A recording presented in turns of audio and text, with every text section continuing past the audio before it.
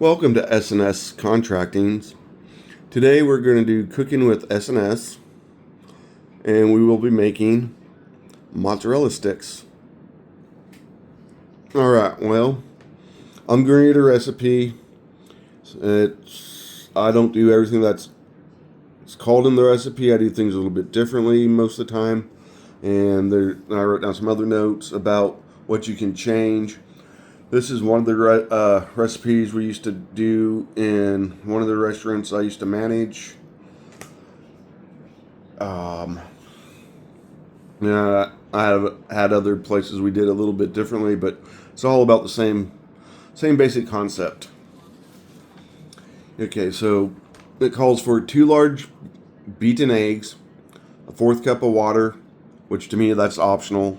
I don't do it a lot, but I know people that do, and they mix that in with the beaten eggs. It's supposed to make everything stick a little bit better. I don't know. I've never figured that out. Okay, so we'll keep on going with the ingredients. 1 1/2 cup Italian seasoned breadcrumbs, or you can use just plain panko or plain breadcrumbs and add your own Italian seasoning. I usually add just a little bit more Italian seasoning to the breadcrumbs if I use the pre-seasoned ones. 1/2 teaspoon of garlic salt. I usually use granulated or powdered garlic instead of the salt, even though I do put a little bit of salt in my flour, but we'll go through that in a minute. Okay, 2/3 cup all-purpose flour, 1/3 cup of cornstarch, which I've never really done. I guess you can. I don't know why, but again, we'll go through that. I do that a little bit differently too. And then 1 16-ounce mozzarella cheese, blocked or string cheese. Get the full moisture, not low moisture cheese, as in, because you can get either like whole milk mozzarella, or you can get the skim milk, and the skim milk ones don't work as well. And with that, unfortunately, today I'm using the low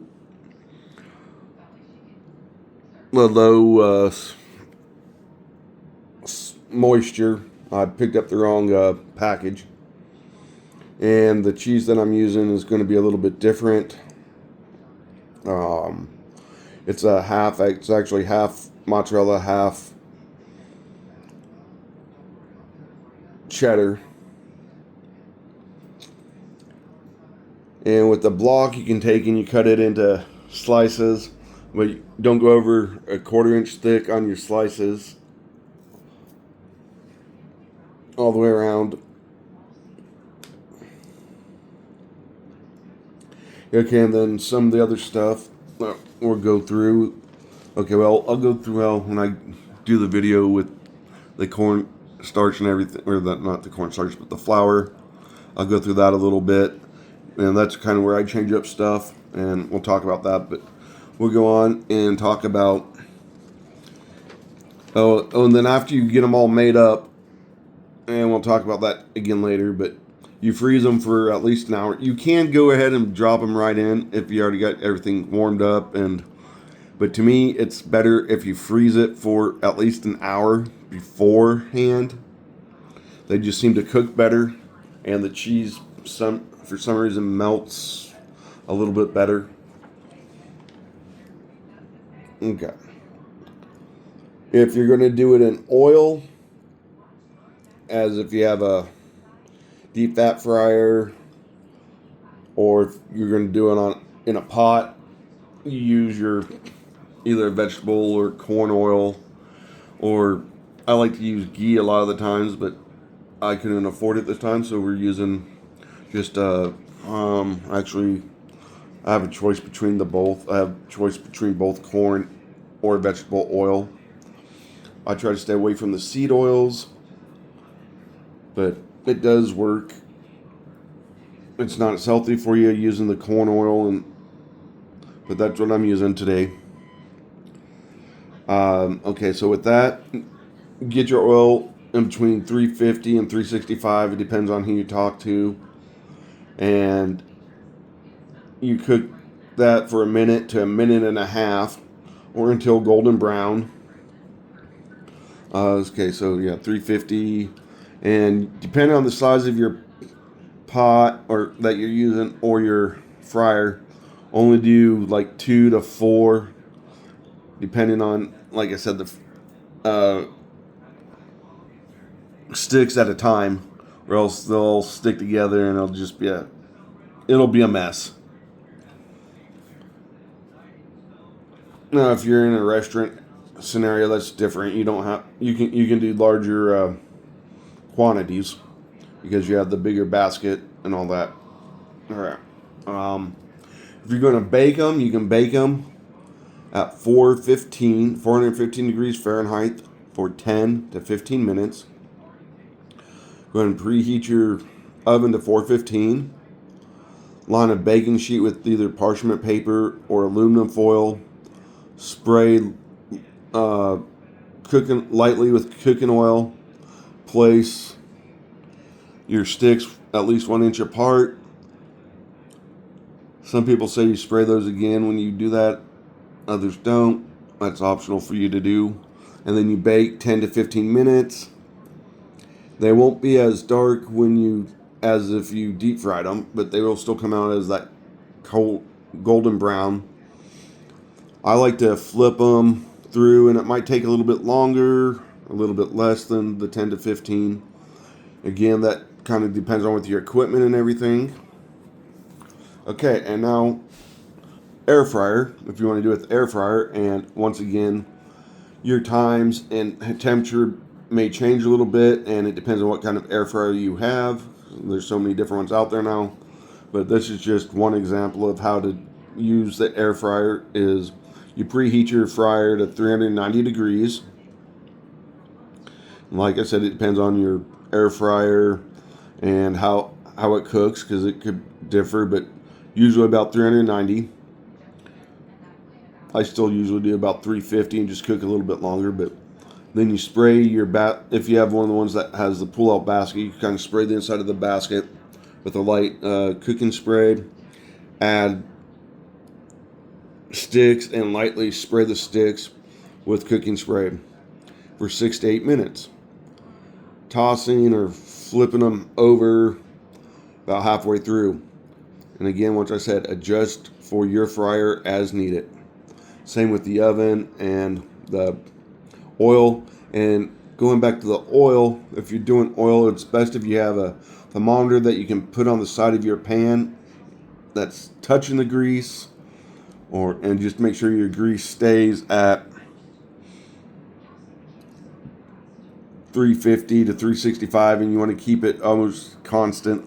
Yes, it'll change a little bit when you put it in, let it cook, then you pull them out, and then let your oil get back to temperature before you do your next batch. Alright, well now I do this a little bit differently, but this is when I'm doing string cheese. You can either take and open them all one by one, pulling them apart, but I just like to cut the package and pull them out.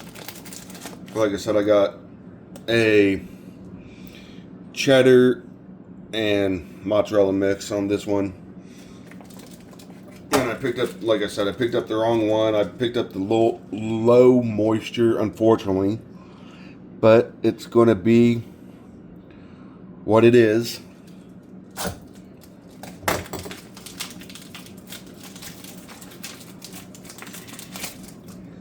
And I've already done up quite a few of these earlier.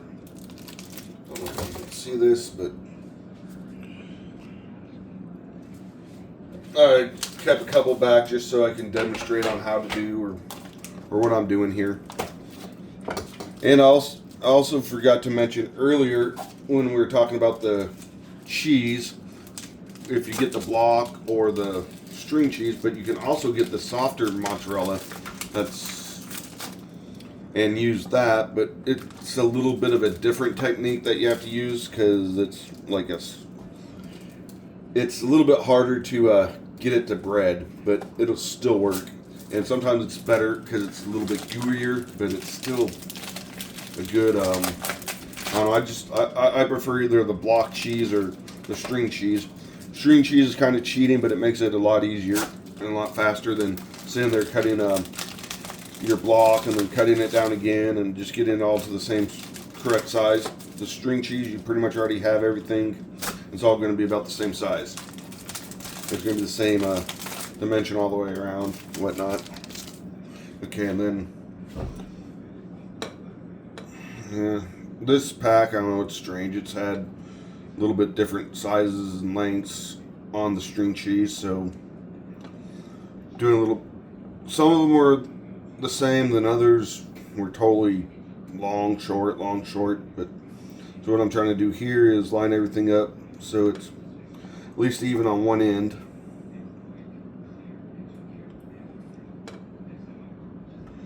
Okay.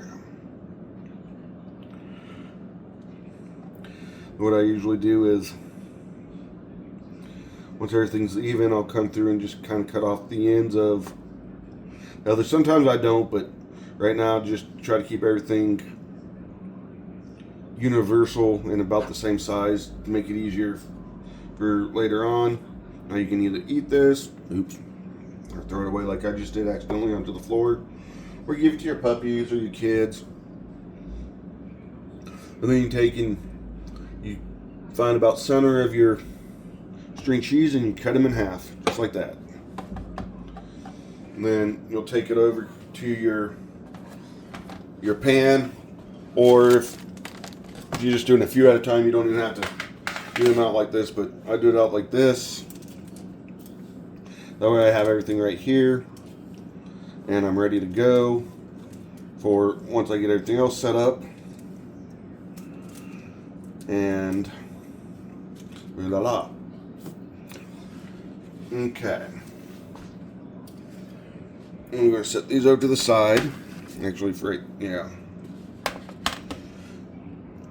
to set these over to the side for just a second. Then you set up 3 different bowls, and this will change here in just a second on how it's set up. But there you go. It's backwards. I don't know. Maybe I was right the first time. Cute little bowls. Don't remember where I got them from, but yeah. And I already had the flour mix made up because I was transferring flour, so I had to use up the old flour that I already had. So I have way more flour than what it calls for in this bowl already, but it doesn't matter. I'll find a way to use it either we'll use a lot of it here with what I have, or I'll use it up for maybe onion rings or fish or something. And then another thing, okay, with the flour, like I said, you take and you mix. That's what you're supposed to mix the cornstarch. Some people say with the bread, but like I said, I don't use the cornstarch.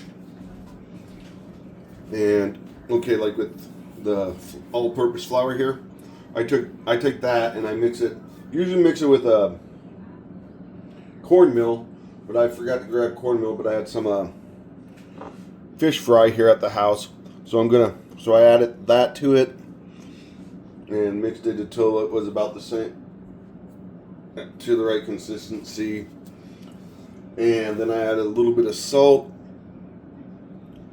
No, I added a little bit of salt, some pepper, black pepper or white pepper, whichever you want.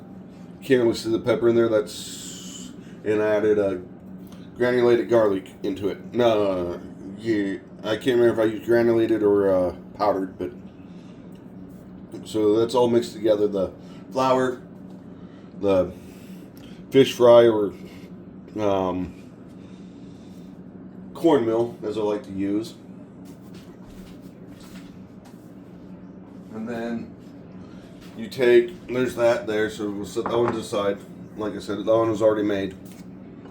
Your breadcrumbs, a lot of the times, if you buy the pre-mixed breadcrumbs, sometimes they're not crunched down enough. This can, this one's from Walmart, but it's the Italian seasoning. But it's usually broke down enough where you don't have to, but they say, and see, I don't even measure most of the time. That's kind of guess. But they say you take and put it in a bag and run your rolling pin over it to crush it down some more. But this stuff is pretty well crushed down. It's almost too crushed down, but I like it. I like the way it is though. So there's that. Like I said, then it depends. The only I use a lot of times I'll use home dried spices, stuff out of the garden like the basil and other stuff. Italian seasoning. I'm going to use a pre-mixed Italian seasoning. Actually, I have two different ones here. Let me see which one I like better. Ingredients.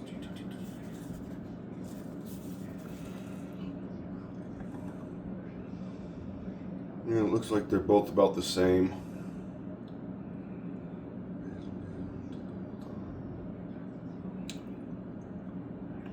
Okay. And you just add a little bit. To me, I like to add a little bit more to it. Just gives a little bit more of the Italian kick to it. I usually, like I said, I usually use home dried stuff that I dried from the garden. And sometimes I'll even throw a little bit more garlic in with this. And it looks like I still might need a little bit more than what I put in there. Just so it's...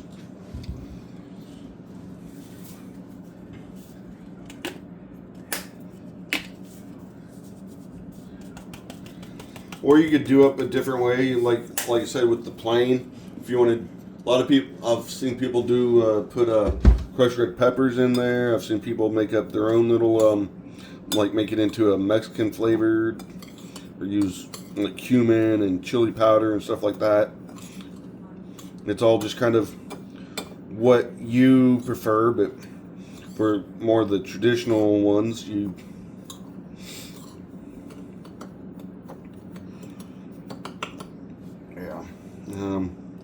might need to do just a little bit more.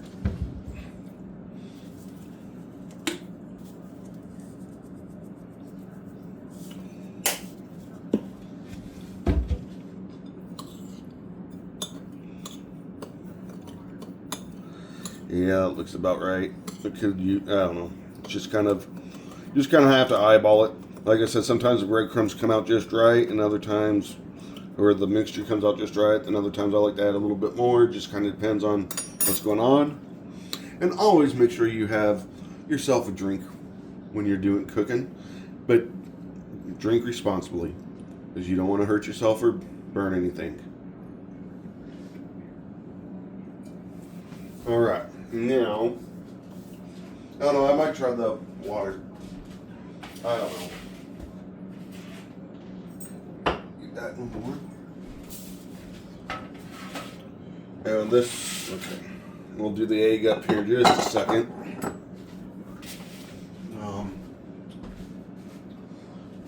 I don't know, now I'm doing some parchment paper on my pan so it doesn't stick when you stick it in the refrigerator. They say to use a cooling rack. You put your pan down and then you just put a cooling rack over there and stack them that way. Or you can put them on the pan, but I like to put either wax paper or parchment paper down, and that way if you want to cook them all at one time in the oven, you're going to have to spread them out, so you ain't going to be able to cook them all at one time, but you get the gist of what I'm trying to say. You use parchment paper, or like they said, aluminum foil, a lot of people, but I don't care much for aluminum foil, just health-wise. There's a lot of stuff I don't like using, but sometimes we have to because that's what we got. Okay, so now we got that there.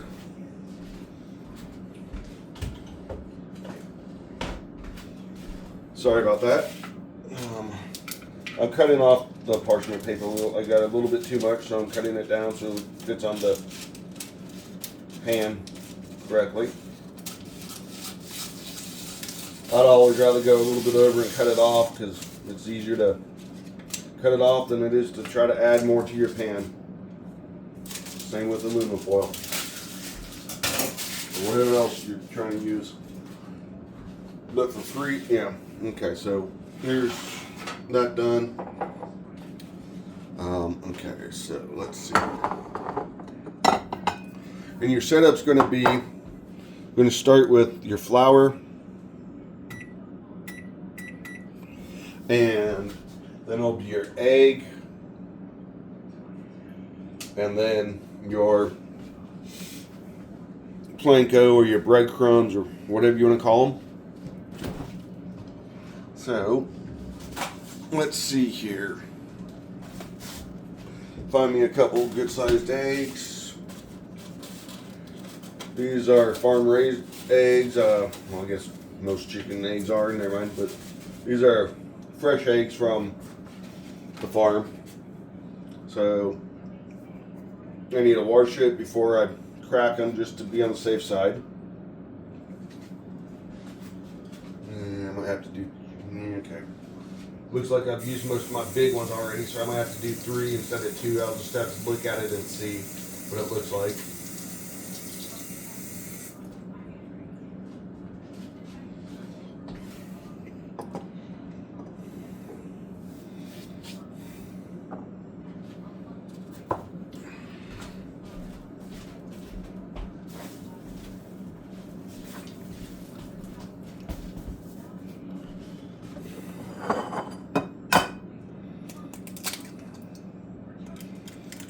One egg.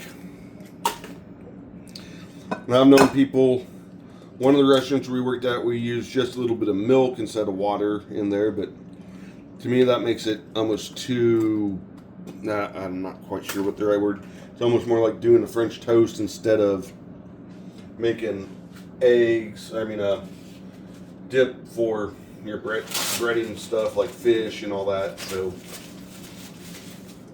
I never cared much for the recipe that used the milk in with the eggs when you whisked them together.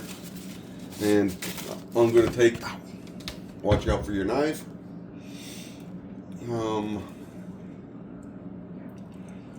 Let's see if I can find it here. Yeah.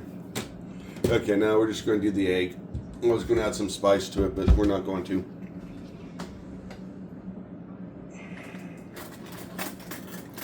I've known people that if they're making like a spicy, they want to do a spicy, stick, they'll maybe add a couple shots of some kind of pepper, like Louisiana, or I don't know, I can't even think of the different Tabasco or all the different other inside with their egg. But, and I know this recipe only calls, and most of them do only say to that they only dunk once. I usually bread them and then go back and do it at least a second time or a third time, but you want to make sure that everything, your piece of cheese, is completely covered. Yeah, okay, we might add just a little bit of water into this.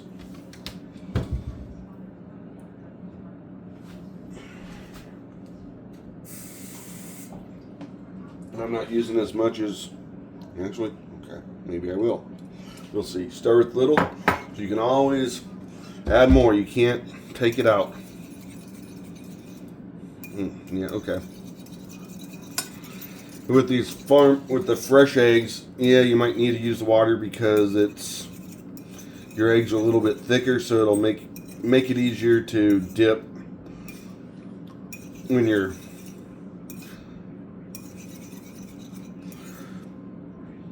you go to dip.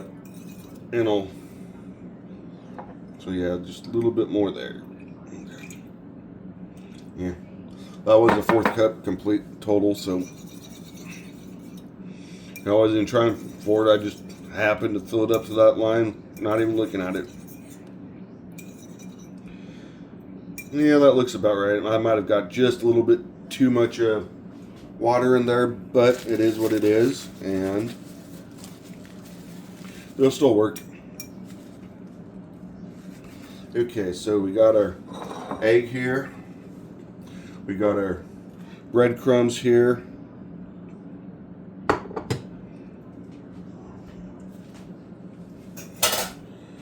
And we got our flour, which is a lot more than what it calls for, but like I said, I was trying to switch stuff up. So what you do is you take your piece of cheese, you make sure it gets covered with the flour and the cornmeal.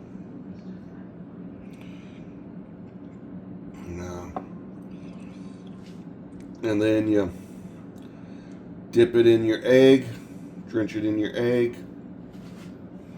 I should have put away the eggs before I started doing this, but oh well. I'll just move them out of the way. And then you move them on over to your breading. And you want to make sure it gets completely covered. Try to keep one hand dry, and one for dry and one for wet.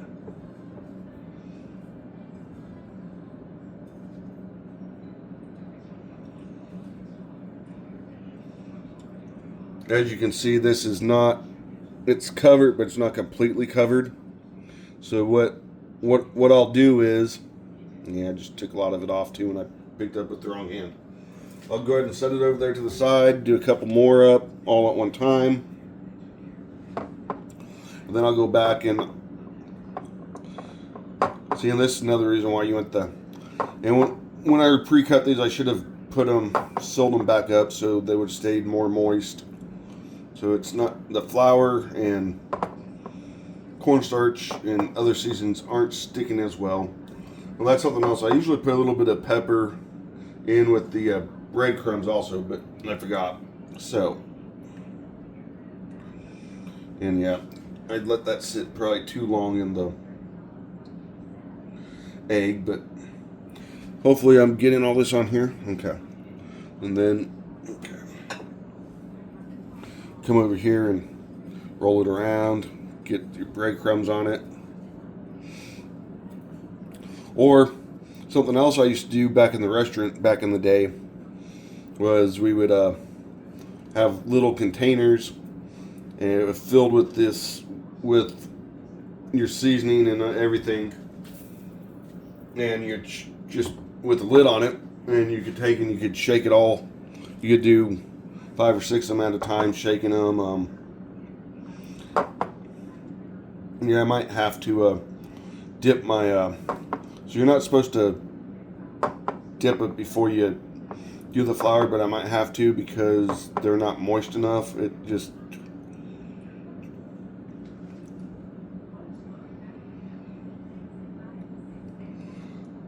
You just kind of roll it in there real quick, pull it out, and you go over here and you do it. Just keep doing the same thing over and over until you get it all done, or how many you're doing. Okay. So I've done up 3 now. We'll do 1 more. And I'm pretty sure you all got the idea on what to do or what I'm doing here.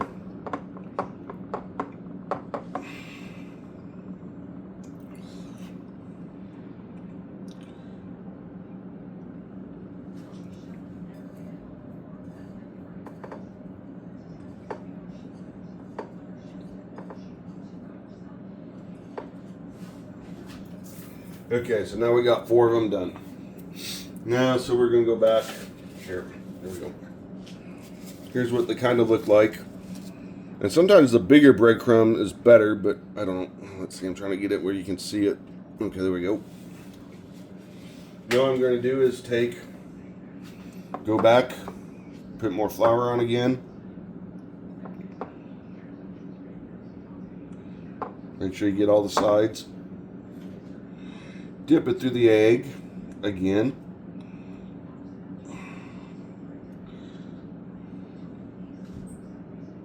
It almost feels like I might need a little bit more water in there and maybe beat it again a little bit better, but you got the legits of what I'm trying to say.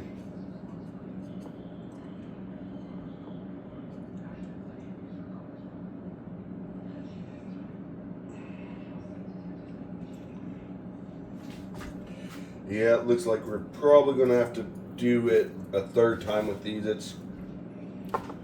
It'll be close. I'll have to take a look once I get done. But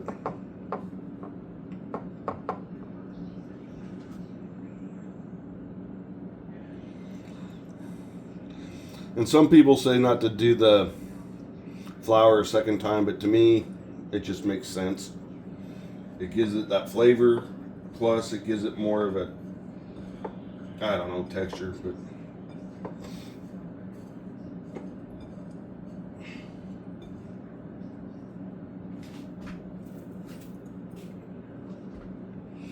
okay, so this is one that, and see how it's not covered, like right in here. I'm not sure if the color's right there. I can see it, but I'm not sure if the lighting's all that great. But that's why we're going back and recovering it again.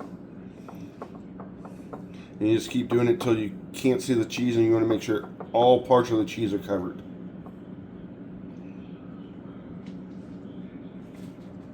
Or else you're going to have blowouts when you're cooking it, and it's just going to be kind of a mess.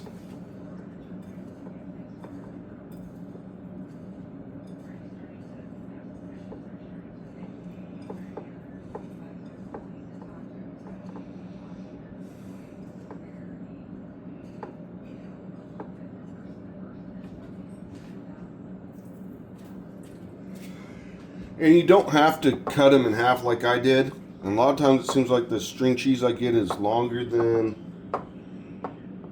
these ones were, but that's another reason I cut them.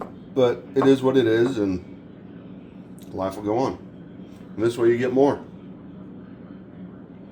I did the 36 ounce bag of cheese instead of the 16 ounce, just so I had more anyways. Or wait, yeah, I think it was 36. I can't remember. I know it was 36 count. Maybe it was. I'd have to look at the bag again, but I used a lot bigger bag than the 16 ounce. I do remember that much. I think it was 36 ounce because I think these are supposed to be an ounce a piece.